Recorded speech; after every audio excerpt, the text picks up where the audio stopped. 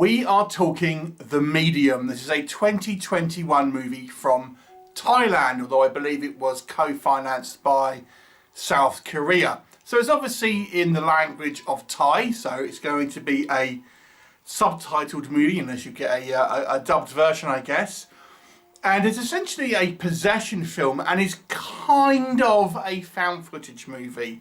I'll explain a little bit why I say that, but essentially it is a faux documentary kind of thing. So we have this camera crew doing a documentary, or they start to do this documentary on this woman who is kind of a shaman, and in this kind of story there is essentially kind of like a shaman that kind of the responsibility kind of gets passed down to various different kind of family members. And we have this woman called Nim, who is the kind of like the current kind of shaman, and she does kind of spiritual healing, all that sort of stuff, and deals with possession ultimately.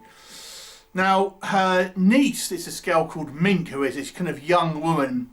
Initially through the movie starts acting a little strange, and it's relatively subtle. First of all, she's just kind of acting out, seeming to be a little bit aggressive here and there, but as the film progresses she slowly gets worse until it's coming a full-on kind of possession.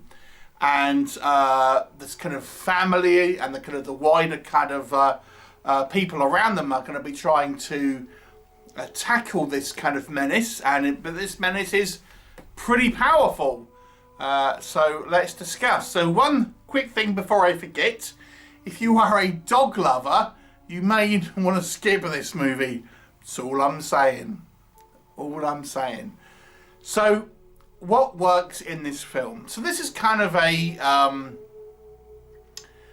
it's like a possession movie, and it kind of plays somewhat typically like a lot of possession movies that you'll see coming out from the West, but it has that kind of Asian kind of flavour to it that makes it a little different, because for example, the practices of exorcism are a lot different. Part of the reason why this girl specifically has been possessed is because her mother has sort of turned her back on kind of Buddhism and got into Christianity, which is why these kind of spirits have attached themselves to her daughter, because she's ultimately rejected this kind of more traditional kind of religions and stuff. So there is certainly a little bit of a difference in regards to the kind of the spiritual side of things. The exorcisms scenes, for example, are going to be a lot different from you kind of like your typical kind of exorcist scenes that you've seen in kind of like Western movies for the most part. And the possession of itself kind of is a little different, but it does have a lot of the kind of the same kind of sort of similarities that you've seen as well. So it's it's mixing the familiar with the kind of new, which gives it this this kind of feeling that you can follow, but you're seeing things maybe that not exactly that you've seen before, which is a good thing. Now, I've always said that when I'm reviewing a foreign language movie, it's a little hard to judge the acting, because you never really know if the translation of what you're reading is necessarily what someone is emoting on screen. So, I always take a pinch of salt with my kind of my acting kind of like views. But I've got to say, I think the acting was solid. I think it seems believable in their roles. Especially our character of Nim, who is this kind of is the medium. That's the shaman. She seems very kind of down to earth and believable, but also very kind of spiritual woman. I liked her relationship with the family, where she's got some of a rivalry with her sister, but she still is trying to care for her family. For example, they don't kind of see at odds. It's a very it's not a particularly wealthy family, so they're kind of making the best of what they do. And again, one thing that does benefit from being filmed in kind of Thailand is the kind of the surrounding locations and kind of areas. We get some fantastic kind of location shooting in desecrated kind of buildings and things like that. Just give it this kind of real kind of creepy feel.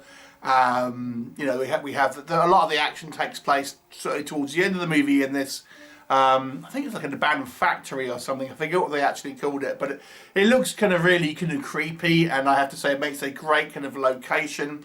The movie takes a while to get going, but when it does, it gets pretty shocking to a certain degree, pretty violent. There is some kind of a reasonable amount of attacks, a reasonable kind of body count to a certain degree, and some quite kind of violent stuff that you'll see on screen. The movie is trying to be a little bit shocking at times, and I think it does succeed in that kind of area.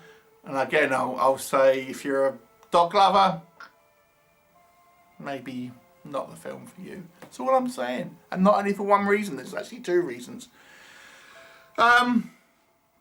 So yeah, it certainly kind of has an exciting kind of climax. It is quite long.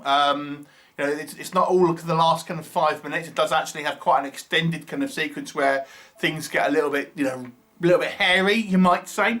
So that was all good. And I've got to say, the effects-wise and stuff, it's done to a good standard. It looks kind of realistic. And the actual kind of, and this is where we're going to start looking at the found footage conceit here, is filmed in a way that is very, very polished.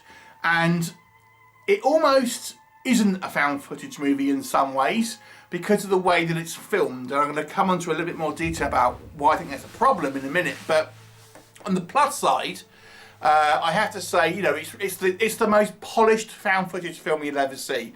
The camera quality is great, the framing is great. There's very little kind of shaky cam with kind of like running around and the kind of the camera facing the floor. There's very little kind of like static and things like this.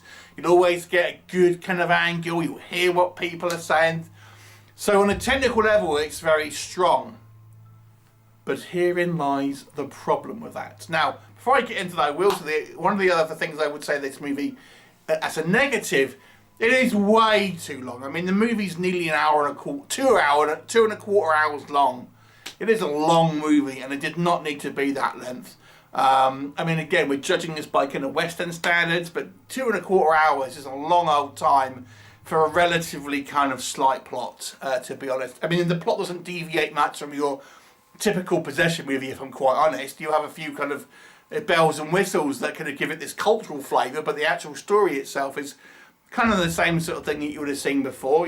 Someone gets possessed, the family asking for help, and eventually these kind of religious types will kind of try and help, etc. It's the same formula that you've seen 100 times in other possession movies, but it's 2.25 hour long, including credits. But yeah, it's a long old movie. It didn't need to be this long, to be honest with you. And it does kind of give you a lot of character depth and kind of emotions, but it does drag, and you feel like there's not a huge amount of full momentum in a lot of these kind of sequences. Okay, but here is what I think the main issue I have with this one, and I've read a couple of reviews before doing it to see if anyone else had mentions, and I won't profess to say I've read every review, but I've read a few, and no one has mentioned this. But this really doesn't make sense as a found footage film in a number of ways. Some of the conceits that you are using for a found footage, I just don't think apply in this. They haven't applied to this film. It's like they kind of want best of both worlds. You want to have a found footage faux documentary, but you also want to have the clear kind of like camera angles and visuals that you would see with a standard film. Now I want to go into a little bit of detail of this, so just bear with me. And it might seem nitpicky, but if you're going to have a found footage movie, you have to kind of stick to those kind of guidelines, I would say. So for a start, when we see this film, it is all edited and stuff like a real documentary. We've got properly edited scenes with different kind of like angles, transitions, credits, things like this. So if it was footage that was found, it's pre-edited, if that makes sense. So it looks like it's a fully edited kind of like documentary, which doesn't make sense when you are kind of watching the film as a whole. It gets a little more typical found footage towards the end kind of like 20 minutes or so, but a lot of it is, as I say, it's presented like a typical found footage film. Like a ready-made, completely finished documentary. The second thing, and then we're going to go into some things that I don't think people have picked up on, The second thing which I think is maybe typical of some found footage films, and particularly towards the end of the film as well, there's plenty of reasons why someone wouldn't be filming. When people are getting attacked, they seem to be still holding a camera, you know, with pointing at whatever the danger is, and they're getting attacked and still continuing to film. Again, it doesn't make sense. You have to really be clever to think of a conceit why that's the case. It's something that is plagued the kind of the found footage genre, and you have to be clever to kind of get around it. It isn't in this film. But here's the thing I think, and again, I've seen no other reviews that pick this up. But considering this is meant to be a found footage film, the technical elements here are just too advanced for a found footage film. For example, I'll give you a couple of examples of what I mean. We see people sort of talking, and we're hearing the audio of them talking, but they're like in the crowd, and there's no microphones and stuff. Now, clearly they're using a boom mic, or it's been kind of ADR'd.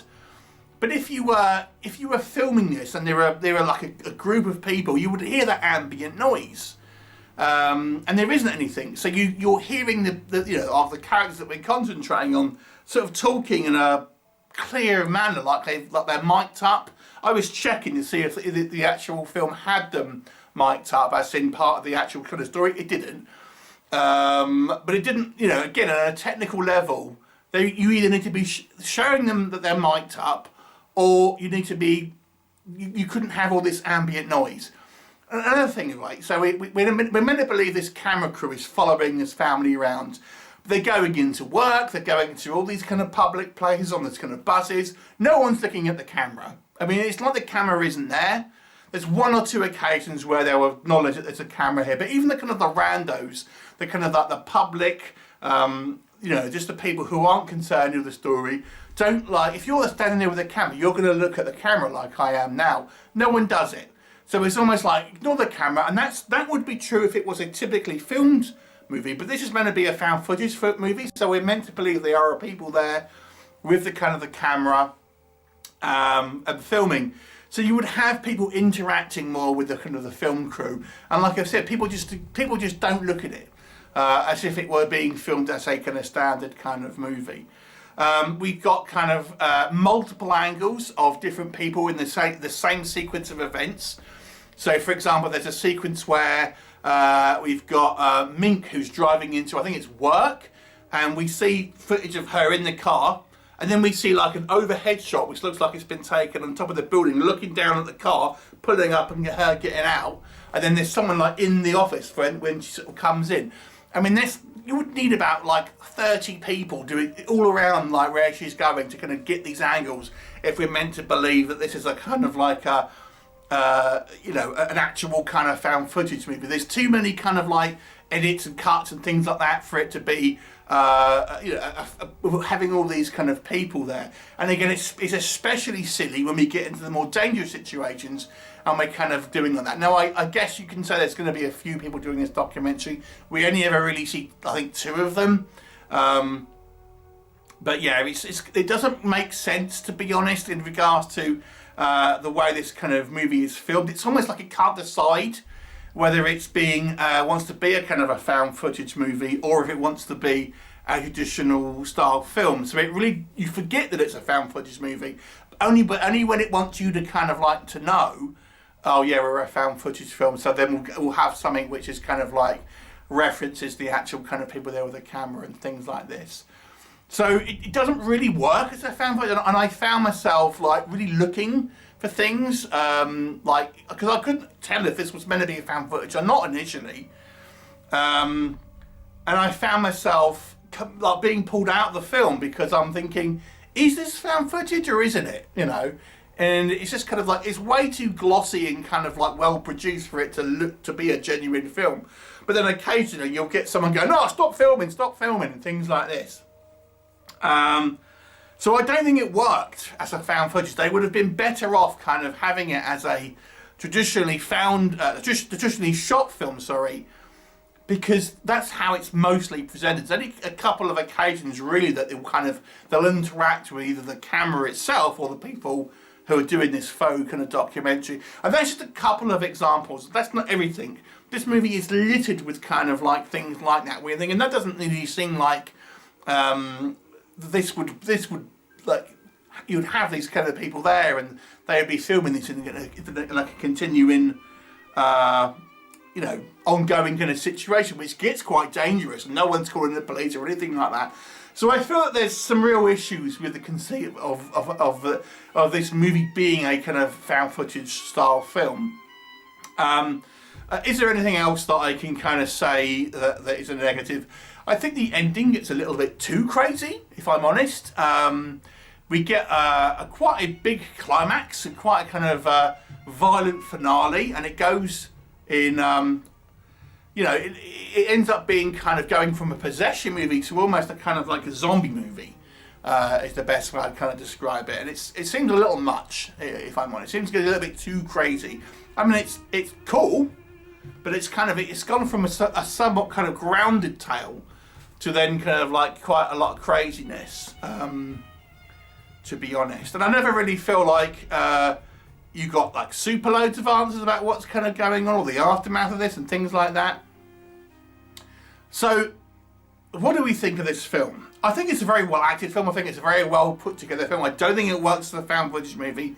Had this been a kind of traditionally film, yeah, I think it would, you know, you could have said it would have been a, you know, competently put together film, but it just doesn't work as a found footage film.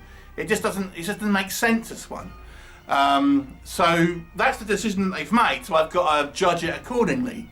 But it is still an interesting story. It's way too long though. I'll give it a 6 out of 10. It is a solid movie, but there are some kind of like some issues with it. And to be honest with you, it's not anything you haven't seen before. 6 out of 10. Have you seen it? What did you think of it? Leave me a comment and I'll look forward to seeing you next time.